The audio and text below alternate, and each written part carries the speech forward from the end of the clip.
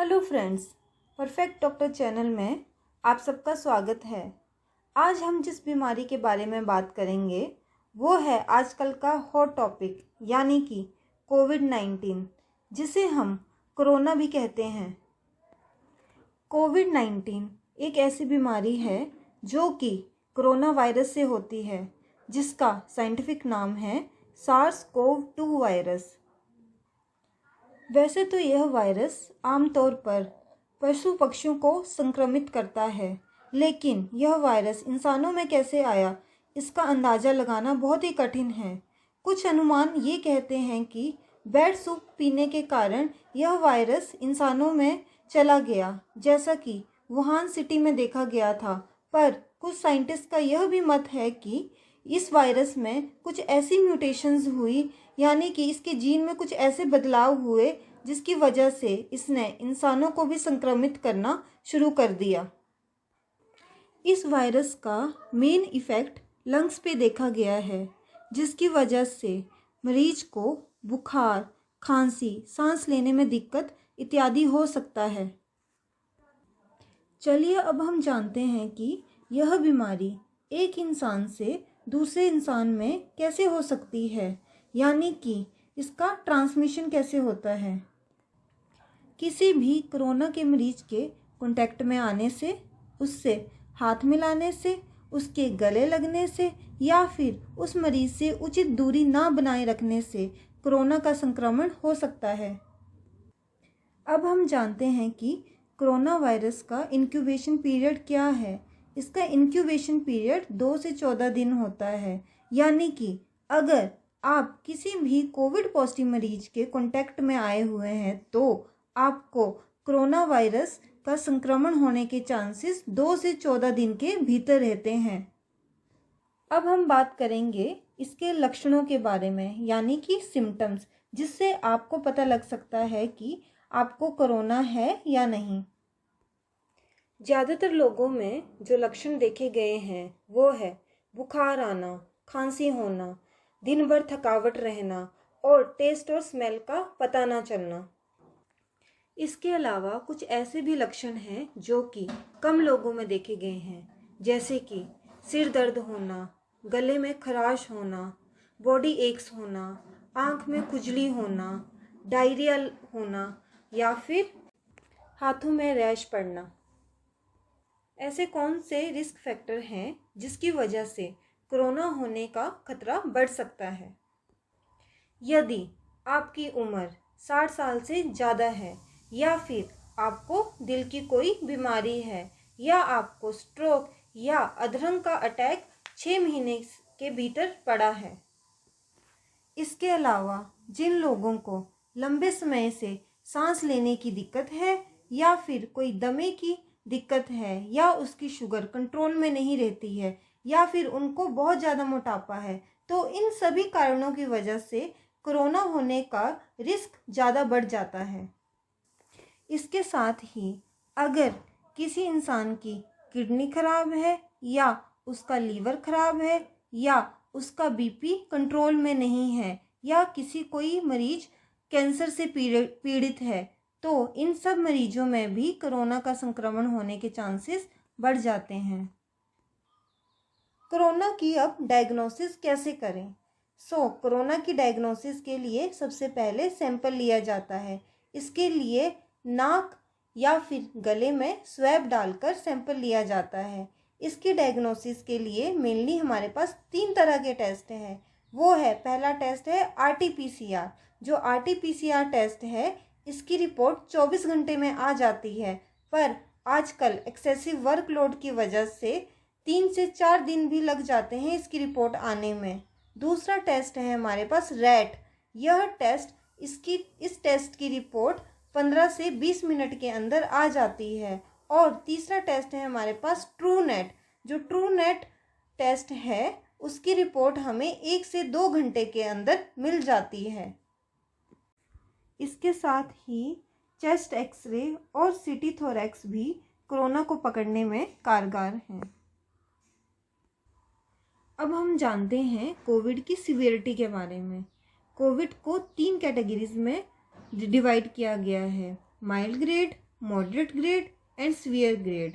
Mild grade में या तो पेशेंट एसिम्टोमेटिक होगा, यानी कि उसे कोई भी लक्षण नहीं आएंगे, या फिर उसे हल्के फुल्के लक्षण आ सकते हैं, जैसे कि खांसी होना, सांस का तेज चलना। वैसे तो आम इंसान 1 मिनट में 12 से 16 बार सांस लेता है, पर माइल्ड ग्रेड में उसका रेस्पिरेटरी रेट किसी भी समय पे 24 से कम रहेगा। मरीज को थकावट हो सकती है, उसे कमजोरी महसूस हो सकती है, उसे बुखार आ सकता है, पर यह बुखार हल्का ही होगा। उसकी शरीर में ऑक्सीजन किसी भी समय पे 94% से ज़्यादा रहेगी। उसका सीटी स्कैन और चेस्ट एक्सरे नॉर्मल होगा। जैसे जैसे बीमारी बढ़ती जाएगी, यानी कि अब मरीज माइल्ड ग्रेड से मॉडरेट ग्रेड की तरफ जाएगा, तो मरीज की स्थिति थोड़ी गंभीर होती जाएगी। इसमें मॉडरेट ग्रेड में मरीज को सांस लेने में दिक्कत हो सकती है, खांसी भी होएगी, और उसका रेस्पिरेटरी रेट अब और ज़्यादा बढ़ जाएगा। अब उसका रेस्पिरेटरी रेट 24 से 30 मिनट के बीच में हो सकता है। उसका बुखार भी हाई ग्रेड होने लगेगा, और साथ ही साथ शरीर में ऑक्सीजन की मात्रा कम होने लगेगी। यह मात्रा 90 से लेकर 94% के बीच हो सकती है। सीटी स्कैन और चेस्ट एक्सरे में भी अब चेंजेस आना शुरू हो जाएंगे, पर किसी भी समय पे चेस्ट एक्सरे और सीटी स्कैन में 50% से कम ही लंग अफेक्टेड होगा। सीवियर ग्रेड में खांसी, सांस लेने में दिक्कत और भी ज़्यादा अधिक बढ़ जाएगी, और मरीज का रेस्पिरेटरी रेट 30 से भी ज़्यादा अधिक हो जाएगा। इसके अलावा शरीर में ऑक्सीजन की कमी के कारण और भी लक्षण आएंगे, जैसे कि हाथों, पाँव और होंठों का नीला पड़ जाना, बोलते बोलते ही मरीज का एकदम से सांस फूल जाना, उसका चिड़चिड़ापन हो जाना, उसको कन्फ्यूजन होना, और उसे कोमा भी हो सकता है। इसके साथ ही मरीज को हाई ग्रेड फीवर आ सकता है, यानी कि 101 डिग्री फ़ारेनहाइट से ज़्यादा, और साथ ही साथ उसका ऑक्सीजन का लेवल और भी नीचे गिरता जाएगा। अब उसका ऑक्सीजन का लेवल 90% से भी कम हो जाएगा। सीवियर ग्रेड में चेस्ट एक्सरे और सीटी स्कैन में आधे से भी ज़्यादा लंग खराब मिलेगा। अगर आपको कोरोना का कोई भी लक्षण आता है, जैसे कि खांसी, बुखार, थकावट, सिर दर्द, टेस्ट और स्मेल का पता न चलना, बदन दर्द, सांस की तकलीफ होना, या फिर दस्त होना, तब आपने एकदम से अपने नज़दीकी अस्पताल में जाना है और डॉक्टरी परामर्श लेकर अपना कोरोना का टेस्ट करवाना है। अगर आपका टेस्ट पॉजिटिव आता है तो आप घबराइए मत, क्योंकि इस बीमारी का रिकवरी रेट 98 to 99% है। आप अपनी कोविड हेल्पलाइन पर कॉल करें और उनके निर्देशों का पालन करें। आपके लक्षणों के आधार पर डॉक्टर या तो आपको होम आइसोलेशन के लिए बोल सकता है, या फिर हॉस्पिटल में एडमिट होने के लिए भी बोल सकता है। अगर आपको कोरोना के लक्षण हैं पर आपका टेस्ट नेगेटिव आया है, तो उस केस में भी आपने आइसोलेट हो जाना है, क्योंकि 20 से 30% केसेस में ऐसा देखा गया है कि यह टेस्ट नेगेटिव आ रहा है। अब इसका इलाज क्या है?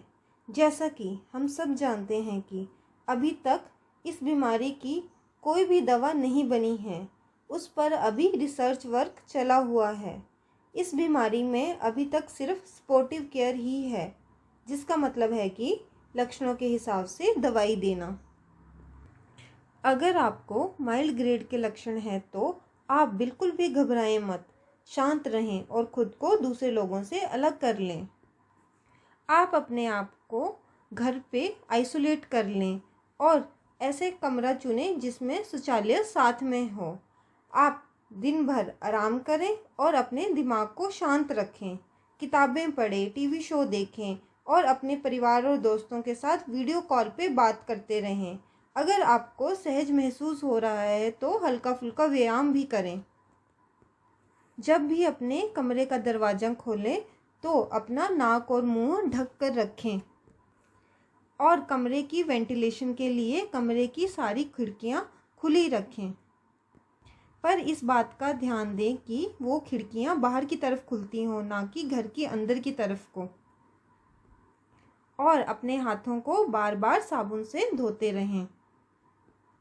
पर इसका यह मतलब बिल्कुल भी नहीं है कि आपने अपना इलाज खुद ही करना है। इसके लिए आपने अपने डॉक्टर से टेली कंसल्टेशन करनी है, मतलब फ़ोन पे परामर्श लेना है। वो आपको आपके लक्षणों के हिसाब से दवाई बताएंगे, जैसे कि खांसी के लिए कफ सिरप, बुखार के लिए PCM, विटामिन C की tablets, steam inhalation and saline gargles. इसके साथ ही आपने ज़्यादा से ज़्यादा पानी पीना है। शरीर में किसी भी समय पे पानी की कमी नहीं होनी चाहिए और आपने पौष्टिक आहार लेते रहना है। पर इसके साथ जो बात सबसे ज़्यादा ज़रूरी है वो है कि आपने दिन में कम से कम 2 से 3 बार अपना टेम्परेचर और ऑक्सीजन का लेवल चेक करना है। हॉस्पिटल में दाखिल होने की ज़रूरत कब पड़ेगी? अगर सांस लेने में तकलीफ़ हो रही है, अगर होंठ या चेहरा नीला नज़र आ रहा है, अगर भ्रम जैसी स्थिति का अनुभव हो रहा है, या मरीज की छाती में लगातार दर्द हो रहा है, अगर उसे बोलने में दिक्कत हो रही है, या फिर उससे खड़ा नहीं जा रहा है, या फिर मरीज को बहुत ज़्यादा नींद आ रही है, और अगर आपको तेज बुखार रह रहा है, यानी कि 3 दिन से लगातार आपका बुखार 101 डिग्री फ़ारेनहाइट से ज़्यादा रह रहा है और आपका ऑक्सीजन का लेवल 94% से कम हो गया है, तो आपको तुरंत अस्पताल जाने की ज़रूरत है। अब सबसे ज़्यादा ज़रूरी, हमें कोरोना का बचाव कैसे करना है? तो कोरोना वायरस से ना घबराएं, खुद बचें और सबको बचाएं। हाथों को बार बार साबुन एवं साफ पानी से अच्छी तरह से धोएं। अगर आप कभी भी खांसते हैं या छींकते हैं तो हमेशा अपना नाक और मुंह को टिश्यू या नैपकिन या रुमाल से अच्छी तरह से ढकें और जो भी टिश्यू आपने इस्तेमाल किया है उसे डस्टबिन में फेंकें। आप घर पर रहें और सुरक्षित रहें। कोई ज़्यादा ज़रूरी काम हो तभी घर से बाहर निकलें और जब भी घर से बाहर निकलना है तो अच्छी तरह से मास्क पहने। आपका नाक और मुंह अच्छी तरह से ढका हुआ होना चाहिए। जब भी आप किसी इंसान से मिल रहे हैं तो उससे हाथ ना मिलाएं, हमेशा उसे नमस्कार या आदाब ही करें। सोशल डिस्टेंसिंग को फॉलो करें। दूसरे इंसान से कम 6 फीट की दूरी बनाए रखें और अपने हाथों को भी बार बार सैनिटाइज करें। अगर वैसे तो आपको अपनी आँखों को, मुंह को, नाक को या माथे को बार बार छूना नहीं है। अगर आपको छूना भी पड़ जाए तो अपने हाथों को सैनिटाइज कर कर ही छुएं। भीड़ भाड़ वाली जगहों से परहेज ही करें और जब भी आपका नंबर आता है तो आप वैक्सीन ज़रूर लगवाएं।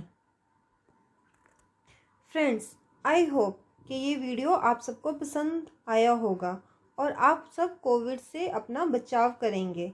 अगर आपको ये वीडियो पसंद आया तो इस वीडियो को लाइक और शेयर करें और हमारे चैनल को सब्सक्राइब भी करें।